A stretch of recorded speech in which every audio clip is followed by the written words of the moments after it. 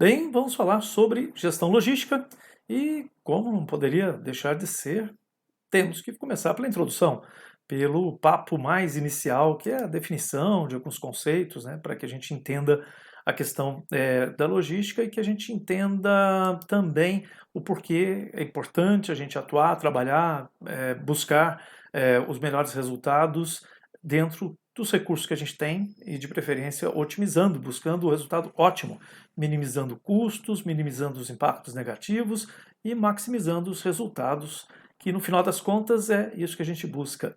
É uma disciplina muito próxima da logística e que eu recomendo se você tiver a oportunidade de fazer algum curso ou de aprender um pouco mais, é a área de pesquisa operacional. No quarto módulo, na quarta semana né, desse curso, nós vamos falar mais sobre ferramentas que são usadas no processo de tomada de decisão. E elas têm muito a ver com a área de pesquisa operacional, que é uma área que cresce cada vez mais no Brasil, começou só dentro da engenharia, mas atualmente, só para você ter uma ideia, existe um grupo querendo criar um curso de bacharelado em pesquisa operacional, para você ver o tamanho, né, a complexidade dessa área, e tem muito assunto para se falar, realmente. Então, vamos lá, vamos falar de logística, gestão logística, e a gente começa falando primeiro sobre o livro, né, que é o guia, mas basicamente vai ser só sobre esse livro que nós vamos trabalhar durante a disciplina, que, como eu disse, ele foi produzido em 2010, atualizado em 2012, depois em 2014, e ele é de autoria do Rodrigo de Alvarenga Rosa. E o primeiro passo, né, introdução à logística, né, o que é a logística? Ela é definida como a colocação do produto certo, na quantidade certa, no lugar certo, no prazo certo, na qualidade certa, com a documentação certa, ao custo certo, produzindo no menor custo, da melhor forma, deslocando mais rapidamente, agregando valor ao produto e dando resultados positivos aos acionistas e clientes. Tudo isso respeitando a integridade humana de empregados, fornecedores e clientes e a preservação do meio ambiente. Então, essa é a definição geral de logística, tanto para o setor público quanto privado. A logística, lógico, ela, assim como várias outras áreas, né, ela começou fora, né, do serviço público, a pesquisa sobre logística. Aliás, a logística vem dos militares, né?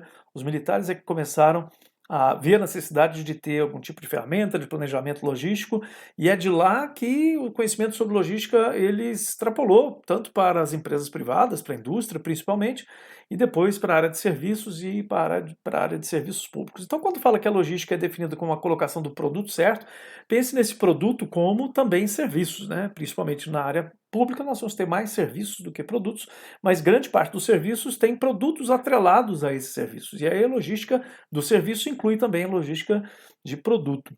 E da mesma forma, né, com todas essas características de fazer as coisas certas e tal, que é aquilo que eu falei agora há pouco, da otimização, buscar o resultado ótimo, entregar o melhor possível, reduzindo todos os riscos, os custos necessários, os desperdícios, o retrabalho, para entregar da melhor forma possível e, lógico, respeitando a integridade das pessoas e também o impacto ambiental. Cada vez se fala mais sobre isso, hoje tem até uma sigla que está bastante em voga, né, o ESG, que é sobre ambiente, o social e a governança, né? Então nós temos muito o que nos preocuparmos quando a gente tratar de logística, porque ela são muitos elementos envolvidos, né? Muitos mesmo, grande parte deles complexos, dependendo do tamanho da sua operação logística, podem ser muito complexos, e por isso mesmo a gente tem que tomar muito cuidado e fazer as coisas com muito detalhe. E aí, quando coloca lá no final, né, dando os resultados positivos aos acionistas e clientes, na verdade, a gente pode falar em entregando valor público para a sociedade. Então, é gerar os serviços e produtos e colocar esses produtos e serviços à disposição da sociedade, não só para entregar lucro para acionistas das empresas privadas, mas no nosso caso, mais especificamente, entregar valor público para a sociedade. E a gente consegue isso fazendo um bom trabalho em todos os aspectos, inclusive na logística. Bom, o gerenciamento da logística, né, a logística é uma área de conhecimento e o gerenciamento da logística é uma coordenação das diferentes atividades, componentes da logística, que são muitas atividades, como eu disse, dependendo do tamanho da operação, pode ser muito complexo, tornando-as um conjunto harmonioso que visa obter os menores custos logísticos que atendam ao nível de serviço, que a gente vai falar daqui a pouco, o que é esse nível de serviço que o cliente contratou. Mas tudo que falamos até agora somente tem razão de existir se a logística gerar valor para todas as organizações envolvidas nas atividades. E aí, quando falo em organizações, todas as pessoas, né? A sociedade como organização, o prestador de serviço, né? A empresa contratada, o órgão público que contrata, ou o órgão que contrata outro órgão para gerir a sua logística. Então, logicamente, todo mundo está buscando valor. E, lógico, a logística ela só vai fazer sentido se ela entregar valor para todos esses elementos. Todos esses integrantes desse acordo, né, que a gente vai ver daqui a pouco como é que é esse acordo. Então tem uma questão que é o nível de serviço, né? O nível de serviço muitas vezes é utilizado uma sigla em inglês para ele, até veio do setor privado, que é SLA, de Service Level Agreement, né? O acordo de nível de serviço. E ele é fundamental. Em qualquer prestação de serviço, você deve ter alguns níveis que são os mínimos aceitáveis, né? E aí isso é o nível de serviço.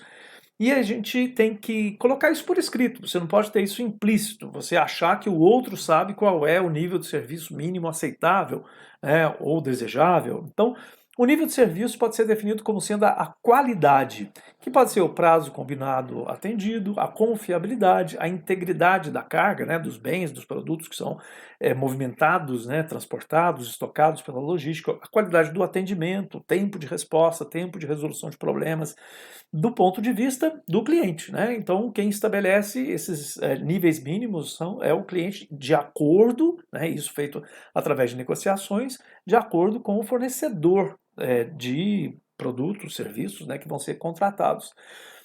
Às vezes, face à necessidade de um nível de serviço melhor solicitado pelo cliente, esse pode aceitar arcar com um custo maior. Ou seja, quanto maior o nível de serviço, quanto mais exigente você for, provavelmente mais caro vai pagar por esse serviço. Isso infelizmente, isso é certo que acontecerá.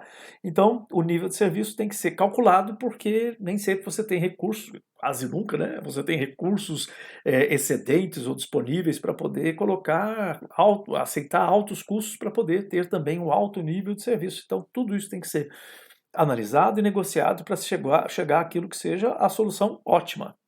O nível de serviço deve ser estabelecido em contrato antes de iniciar qualquer atividade, principalmente as atividades logísticas. Portanto, a primeira informação contratual que deve ser estabelecida com o cliente é qual o nível de serviço que o cliente deseja comprar do fornecedor e vice-versa. Qual o nível de serviço que o fornecedor é capaz de entregar, o nível que ele compromete a entregar para o cliente. Então, esse acordo tem que estar escrito em contrato, obviamente, né, por uma questão até legal, né, para que você possa se proteger, tanto quem fornece quanto quem recebe, quanto quem contrata, até para proteger as duas partes, para que ninguém depois venha reclamar, não, mas você me prometeu isso e não entregou, ou eu imaginava que você fosse me entregar isso e não entregou, ou o fornecedor diz assim, não, mas você não me falou que precisava disso, né, até o momento, e agora isso é uma surpresa para mim. Então, esse tipo de desacordo, muitas vezes comercial, contratual, acontece porque não se fez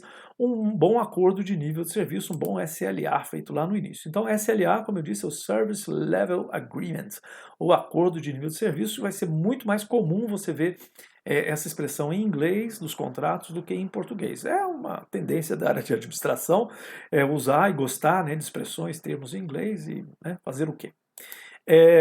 E os critérios, né, do acordo de nível de serviço devem ser muito específicos e objetivos. Você não pode simplesmente, como eu disse, você não pode dar margem para as pessoas deixarem implícito qual é a qualidade. Então, por exemplo, incorreto, você colocar no acordo de nível de serviço que um produto ou um serviço deve ser entregue rápido. Rápido é amplo, é aberto demais. Então, O correto seria você estabelecer, deve ser entregue até o dia tal, o horário tal, no local tal, no endereço tal, com todos os detalhes necessários, né? Da mesma forma, do lado direito está lá, não pode perder muito produto, né? O quanto é muito, né? São coisas muito vagas, isso jamais poderia estar num contrato, num acordo de nível de serviço, né? São permitidos, do lado esquerdo, 2% de perda de peso de material até a entrega no armazém do cliente. Ok, 2% é bastante objetivo, você mede quanto saiu, mede quanto chegou, você consegue identificar se passou de 2% ou não. Também, o último exemplo aí do lado direito, não pode estragar muito o produto. O que é estragar muito, né?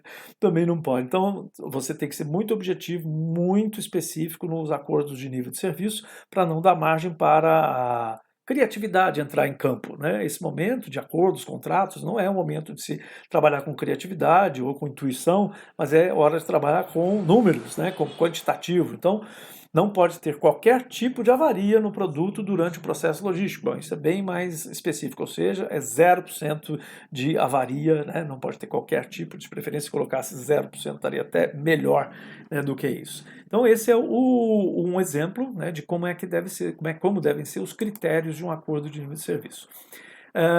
O acordo de nível de serviço, existem momentos, etapas diferentes. A pré-transação, que é nessa etapa que ocorre essa negociação, o estabelecimento do nível de serviço contratado, tudo posto de maneira formal e por escrito. Então, essa pré-transação é o momento mais importante, que é colocar no papel tudo aquilo que você, o mínimo que você vai aceitar, no caso de você ser cliente ou fornecedor, o mínimo que você vai entregar, né, com aquela qualidade, com toda essa especificação quantitativa muito objetiva. Existe também durante a transação logística, você continua, né, porque você tem que fazer o acompanhamento, né? Nessa etapa é que o processo logístico realmente é realizado, então, para tanto, é preciso administrar os níveis de estoque, administrar prazos, administrar o transporte. Nessa etapa, a área de logística deve dispor de informações atualizadas de todo o processo logístico. Você tem que monitorar, acompanhar o que está acontecendo, até para saber se está atendendo ou não aqueles níveis acordados dentro do seu LSA. E no final, na pós-transação, né, depois de entregue, de realizado o serviço, se é que é um serviço, né, que tem uma finitude, então nessa etapa devem ser observadas as garantias, os reparos, as peças de reposição que foram contratadas, ou seja, o pós-serviço, né, e lógico, avaliar o resultado final e acompanhar o pós-serviço, se é que existe um pós-serviço contratado no acordo de nível de serviço, que às vezes não existe. Mas normalmente existem garantias, né? Essas garantias têm que ser acompanhadas. Muitos serviços logísticos são contratados com a montagem do equipamento na organização do cliente, e é na pós-transação que ocorre o atendimento a queixas e as reclamações, a queixas a reclamações do cliente, bem como o que deve ser sempre feito, mas é raramente feito no Brasil, uma pesquisa de satisfação do cliente para verificar se tudo que foi combinado está a contento. Então, fazer essas avaliações posteriores, né, é muito importante para a gente até ver no futuro, né, nos próximos, o que a gente pode corrigir, né, o que a gente pode ter feito de errado e que poderia ser corrigido para um novo acordo de serviço, ou seja, lições aprendidas, né? A cada vez que você encerrar um contrato de prestação de serviço de qualquer área, mas de logística também, você fazer essas lições aprendidas para que você erre menos das próximas vezes, né? Então existe algo que é o processo logístico, né, que para gerir os processos existe apenas uma maneira eficaz, né, que é o controle efetivo e quantitativo das operações e processos, que muitas vezes não é feito. Muitas vezes se contrata e depois se abandona, né, o processo, deixa com que ele aconteça sem fazer uma supervisão, um monitoramento, e óbvio isso tem grande chance de dar errado, né? Então, para gerir os processos, e o processo logístico é um processo, você precisa ter controle efetivo e quantitativo, você precisa ter indicadores, né? E esses indicadores eles vão ser estabelecidos lá no seu acordo de nível de serviço. Como é que você vai medir a qualidade, medir se o processo logístico está funcionando bem ou mal? Normalmente você vai medir isso com tempo, né? Com medição de tempo, de entregas, de qualidade, de erro, de retrabalho, de refugo, de satisfação, né? Então, tudo isso tem que ser monitorado. Para se efetivar esse controle, a melhor maneira é por meio de itens de controle, pela ótica da qualidade, ou simplesmente por indicadores de qualidade. No inglês, mais uma vez, né, esses indicadores são conhecidos como KPI, né, KPI, que são os indicadores de performance, né, aqueles principais indicadores de performance. Então, KPI, eles vão nos ajudar a encontrar aqueles pontos onde a gente pode fazer modificações durante o processo, muitas vezes, fazer correções, né, o monitoramento para evitar que o desastre aconteça maior lá na frente. Os itens, então, de controle são os parâmetros máximo ou mínimo que cada atividade logística pode atingir para estar dentro da qualidade contratada, lá no acordo, né, no contrato que tem o seu SLA, ou seja, dentro do nível de serviço. E devem ser estabelecidos de tal forma que possam ser numericamente mensuráveis. Eu digo, não pode deixar simplesmente implícito, tem que estar em números, né, quantitativo, não deixando margens à discussão posterior, porque isso é sempre pior. Bom, existem vários níveis, né, e várias camadas aí no nível de serviço. Então, quando a gente fala no nível de serviço da logística, né, então quando a gente fala em atividades da logística, a gente normalmente, quando você pensa em logística ou alguém fala sobre logística, associa normalmente com transporte, armazenagem, estocagem, né, de coisas, transporte de coisas, e lógico, existe uma quantidade de informação associada a essas coisas, né? Então você tem que ter uma gestão do processamento do pedido. O pedido é quando alguém solicita alguma coisa e aí dispara um processo logístico, que é para fazer a entrega daquela coisa. Para que isso aconteça, você tem um monte de elementos que tem que ser gerenciados, como as compras, a armazenagem, a embalagem, porque é importante você proteger, né, tanto durante a armazenagem quanto durante o transporte de alguma coisa. O manuseio, como é que isso vai ser, né, manuseado? É de maneira automática, é manual? Por quem? Quem é responsável? Quem é responsável pela verificação? Os checkpoints, né, para você verificar se as coisas estão acontecendo, evitar que haja quebra no processo, o transporte, a manutenção, né, da informação, tudo isso são elementos fundamentais e que estão numa camada superior a essa camada mais central, que é da gestão do estoque, gestão do transporte e gestão do processamento do pedido. Então, tudo isso envolve transportadoras, veículos, armazéns, processos de transações comerciais, como pagamentos, autorizações. Os sistemas de informação têm que estar muito abrangentes para poder que você tenha os seus KPIs aí, né, à sua disposição o tempo todo, dentro do processo logístico, você consiga trazer esses indicadores e verificar isso tudo, o que está acontecendo, né, e como estão acontecendo os processos logísticos. E um conceito bastante comum na indústria, mas pouco comum na área de serviços, é a questão do lead time, que normalmente os níveis de serviço vão estar muito relacionados a esse lead time, que é o tempo do ciclo do pedido, ou tempo médio a partir do momento em que o cliente faz a colocação de um pedido, desde o momento que eu peço alguma coisa até o momento que eu recebo aquilo, tanto serviço quanto produto. Então, esse tempo, né, é chamado de lead time, e é importante que você tenha isso dentro do seu nível, do seu acordo de nível de serviço. Qual é o tempo, né, o seu lead time mínimo aceitável para quando você solicitar algo, né, ou quando você estiver planejando um processo logístico, não só comprando algo que exija uma logística, mas quando você estiver prestando algum serviço, né, que exija uma logística, qual é o lead time aceitável pelo seu usuário, pela sociedade, quando você, como gestor público, está planejando a logística de entrega de um serviço. Então, o lead time é isso, é o tempo entre uma pessoa aparecer e surgir com uma necessidade, olha, preciso disso, até o momento que você toma aqui, está pronto, né, entreguei o serviço ou produto que você veio buscar, dentro daquelas condições de qualidade solicitadas. Não adianta você entregar na hora tudo, né, porque existem vários elementos, como a gente viu lá no primeiro slide, que não é só o tempo, mas é a qualidade, é a forma, a documentação, a legalidade das transações, tudo isso está relacionado com a qualidade do serviço e do processo logístico. Então, ou seja, de acordo com o nível de serviço contratado, você tem que entregar dentro de um prazo, dentro de uma qualidade aceitável que foi contratada lá no início. O tempo do ciclo do pedido, ou do lead time, é um dos indicadores mais importantes de qualidade da logística, pois ele mede a eficiência de todo o processo logístico e, por meio dele, é que os clientes vão calcular o momento no qual eles devem colocar um pedido a fim de obter o valor esperado dentro do prazo esperado. E aí tem um outro detalhe, né? Como são muitos elementos relacionados ao lead time, muitas vezes você vai ter um indicador importante ao lead time, porque você vai ser, olha, desde o momento que alguém chega, vamos pegar um exemplo num posto de saúde, num atendimento num posto de saúde. Alguém chegou para receber um atendimento, uma consulta, um exame, alguma coisa, e essa pessoa, qual é o lead time aceitável para que essa pessoa, ela chegou aqui, né, num serviço de atendimento, e ela precisa de uma consulta médica, qual é o tempo aceitável, né? E desde o momento que ela chega e diz que ela quer uma consulta, até o momento que ela sai com a consulta realizada, esse é o lead time. Então você vai colocar isso aí, não, qual é o tempo aceitável? Vamos dizer que sejam 3 horas, desde que a pessoa chega até o momento que ela sai lá com a receita emitida lá por um clínico geral, que é aquilo que ela foi buscar lá no posto de saúde. Se isso passar para 6 horas, por exemplo, né, o lead time era 3 horas. Minha proposta de nível de serviço era entregar em 3 horas e demorou 6 horas.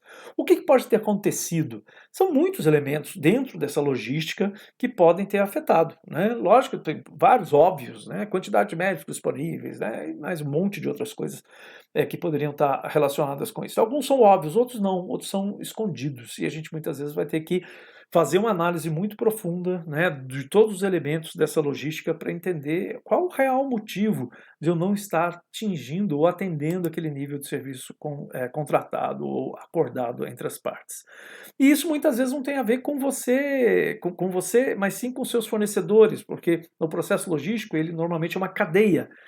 E essa cadeia ela pode ter pontos falhos nela toda, ao longo de todo o caminho entre quem te fornece soluções até quem entrega a solução para o seu cliente. Então, muitas vezes a empresa, o órgão público, a indústria que está no meio, ela depende de fornecedores, né? Então, você vai precisar ter uma administração de materiais que faz as compras, que decide sobre os estoques, a quantidade que eu preciso ter de determinados itens para que isso não falte, para que eu tenha sempre isso disponível. E aí eu preciso ter bons fornecedores que cumpram seus prazos. Né? Tem uma série de coisas relacionadas com a logística, vamos dizer assim, de quem fornece insumos para mim, quanto na distribuição física também, lá na parte de lá. Muitas vezes não sou eu que entrego diretamente o recurso ou a solução ou o serviço para o meu cliente, né, a sociedade, mas isso também está dentro da logística, então eu tenho que... Como é que isso é feito? Existe um terceiro, existe alguém, né, que vai fazer essa entrega desse serviço? Então, tudo isso tem que ser analisado e, logicamente, a administração de materiais e a distribuição física, elas são elementos fundamentais. A administração de materiais é um conjunto de atividades que tem por finalidade o abastecimento de materiais ou matérias-primas ou insumos, né? Qualquer coisa. Né? Você pega aí um posto de saúde, você vai olhar uma farmácia ou um estoque de um almoxarifado, você vai ver uma série de itens que são obrigatórios que você tenha lá e tem que estar na quantidade certa, tem que estar dentro do prazo de validade, tem que estar disponível na hora que as pessoas precisarem. Então você tem que ter uma administração de materiais muito inteligente para não ter perdas, por exemplo, vencimento, porque produtos são perecíveis, roubos, furtos, então a segurança física dos produtos ela é importante. A gente viu aí no momentos de enchentes, muitos postos de saúde hospitais inclusive, né, foram vitimados, né, pelas enchentes e cheias e perdeu-se estoques de remédios caríssimos porque a água chegou a 1,5 m dentro de um hospital, de um posto de saúde. Então, a segurança física desses itens, né, isso tudo tem a ver com a administração de materiais. A segurança até de roubo, de furto, né, de descaminho, de fazer desvio, né, desses objetos e bens, né, insumos. Então, tudo isso é preocupação da administração de materiais que está diretamente relacionado com a logística e a finalidade, então, é o abastecimento de materiais para que a organização pública ou privada tenha isso no tempo certo, na quantidade certa, na qualidade solicitada, sendo tudo isso conseguido ao menor custo possível, que é o que se busca. E a distribuição física, né, pelo outro lado, trata do processo de pedidos, do transporte, da estocagem de produtos acabados e da armazenagem dos produtos finais da organização, desde o instante que o pedido é colocado pelo cliente até o momento em que ele toma posse daquele produto. Produto ou serviço. Sempre lembrando que quando fala produto, estamos falando de serviços e produtos e muitas vezes é um mix das duas coisas. Né? Então podemos ainda dizer que a distribuição física cobre todas as atividades que vão desde a saída do produto acabado da fábrica, no caso da indústria, né, até a entrega final do cliente. Então essa é a distribuição física. Existem vários análises que a gente pode fazer para chegar à questão do custo, a buscar o menor custo global de logística. E esse gráfico é um pouco. Ele simplifica bastante, mas mesmo assim ele é ainda um pouco complexo para a gente entender, mas sob a ótica da logística, o que acontece? No eixo vertical nós temos o custo e no eixo horizontal nós temos a quantidade, né, de estoque armazenado. Ou seja, o que a gente está querendo mostrar aí? Pegando essa linha que começa aqui do lado esquerdo e cresce, né, ela é o custo de você estocar uma quantidade de coisas, né, o custo para você colocar uma quantidade de coisas em algum lugar. Porque sempre tem um custo, né? Então, por mais que você tenha espaço, se você está usando espaço para estocar coisas, esse espaço ele poderia estar sendo usado para outras coisas e está sendo usado para estoque, então tem um custo da ocupação do espaço. Tem também o custo, por exemplo, materiais que têm que ser refrigerados, então tem um custo de eletricidade para você estocar aquilo tudo. Então, quanto mais, você imagina, se eu guardar 10 ampolas de remédio numa geladeira residencial, é uma coisa. Mas se eu precisar armazenar 1 milhão de vacinas em um local refrigerado, o custo disso é muito mais alto. Então, conforme aumenta a quantidade de produtos estocados, que é a linha horizontal, aumenta do mesmo jeito o custo, da mesma forma aumenta o custo para guardar essas coisas. Tem o custo também, o próprio desperdício, a perda, a possibilidade de roubo. Quanto mais estoque você tiver, pior é. Ninguém gosta de ter estoques altos. Você tem que ter o estoque necessário. De outro lado, você tem uma linha que desce da esquerda para a direita, que é o custo do transporte. Quanto mais você pedir, por exemplo, alguém te trazer uma ampola de um remédio de Brasília para a cidade onde você mora, é, mesmo que seja em Brasília, que você mora em Brasília, você pedir uma ampola, o custo de transporte de uma ampola, ele é muito mais alto, então por isso a curva começa lá em cima, o custo é alto para você transportar uma ampola de remédio, e conforme você vai aumentando a quantidade de ampolas, o custo de transporte cai, porque você pode colocar já um motoboy, vai caber mais ampolas, então baixa. Se eu colocar isso dentro de uma caminhonete, vai caber mais ampolas, então o custo por ampola, quando eu coloco lá 1 milhão de ampolas sendo transportadas numa carreta, vai cair muito mais do que se eu transportar num baú do motoboy, né? Então, se eu fizer 1.000 viagens com motoboy, eu carrego ou fazer uma viagem com uma carreta de 15 toneladas. Então, lógico que fica muito mais barato eu transportar maior quantidade. Então vocês veem que ali tem um trade-off, né?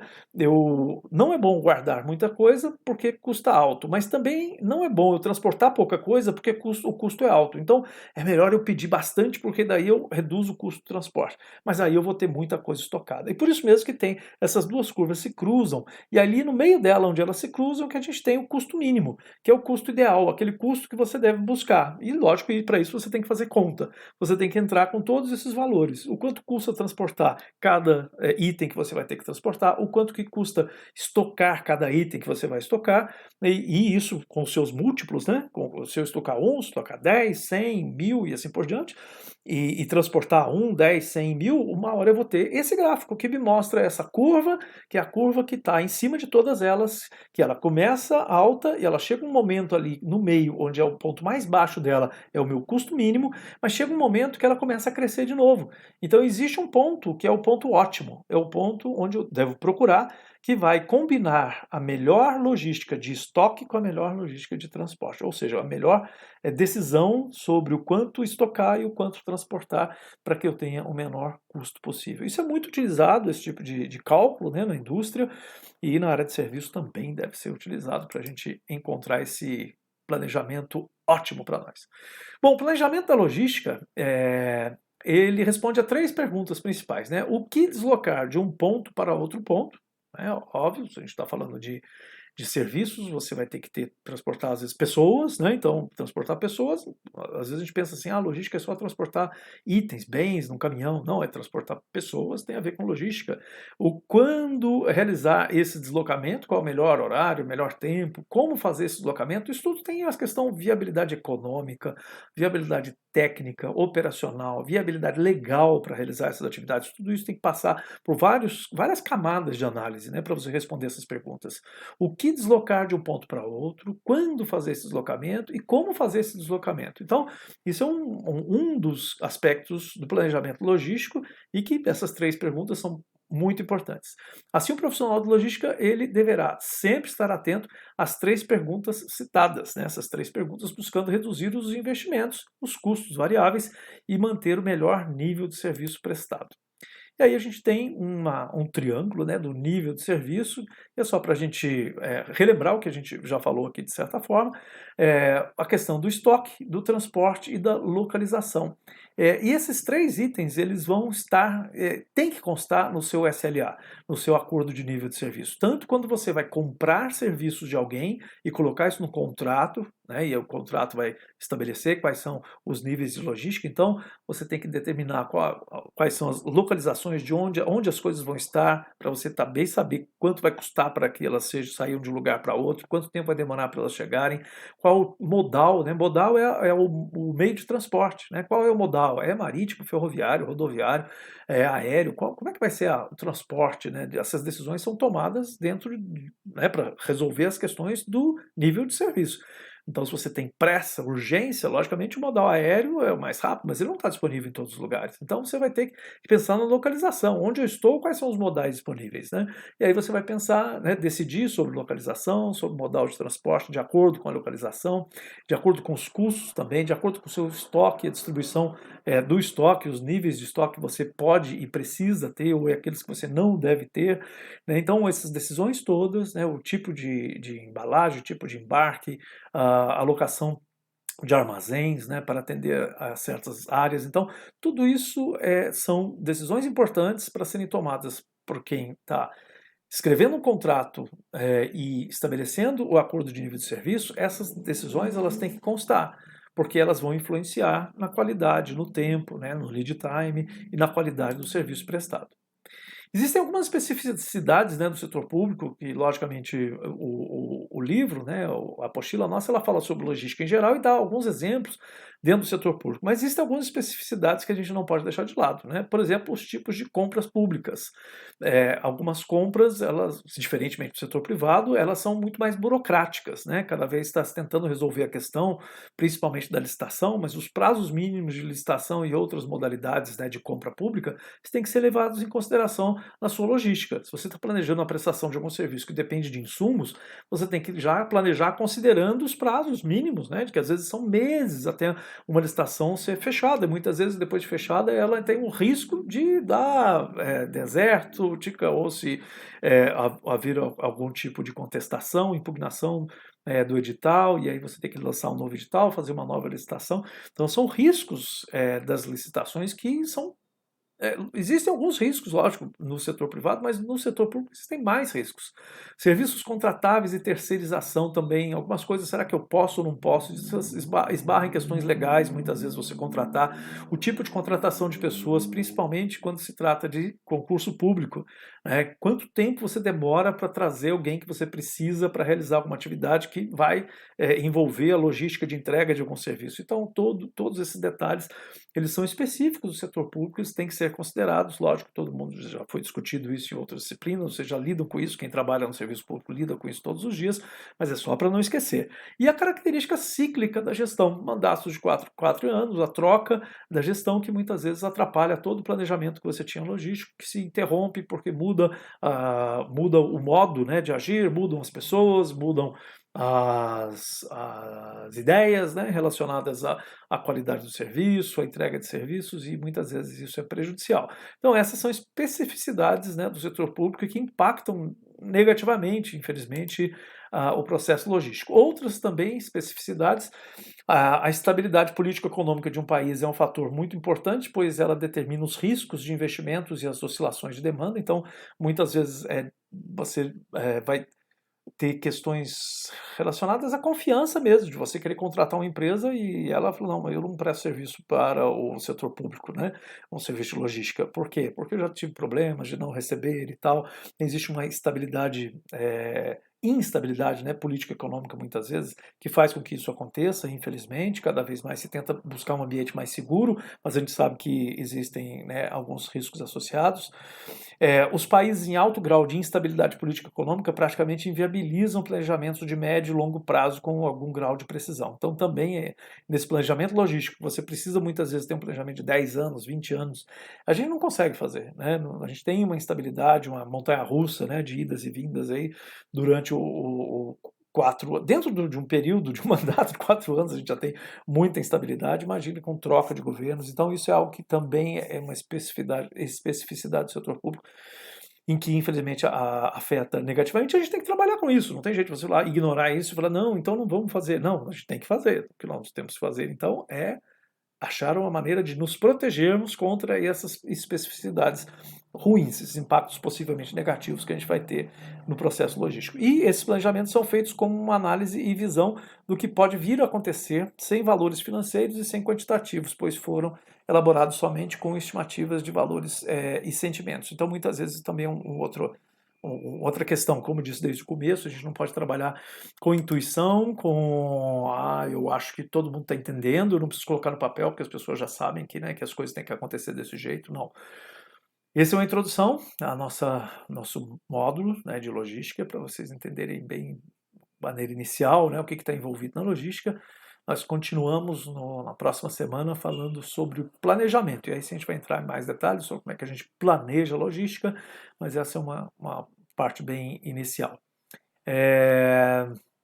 A atividade dessa semana, vou gravar um outro vídeo falando sobre ela, e é isso. Qualquer dúvida, entre no fórum, discuta com os colegas, com tutores e tutoras para resolver tirar as suas dúvidas sobre esse módulo. Não deixe de ler a apostila, o livro, porque isso aqui é um extrato, né? Isso aqui que eu falo é um extrato com as coisas que são os maiores destaques mais importantes, mas não tem tudo. Inclusive, vários exemplos, bons exemplos que tem na apostila, inclusive da área do setor público, eu não trago aqui porque estão lá. Então eu trago aqui mais uma ilustração do conteúdo do que, na verdade, o conteúdo. E essa ilustração, ela é reduzida, ela não é o conteúdo. Por isso eu recomendo muito fortemente que você leia, se já não leu, o módulo 1, né, com bastante atenção, e a gente volta na semana que vem.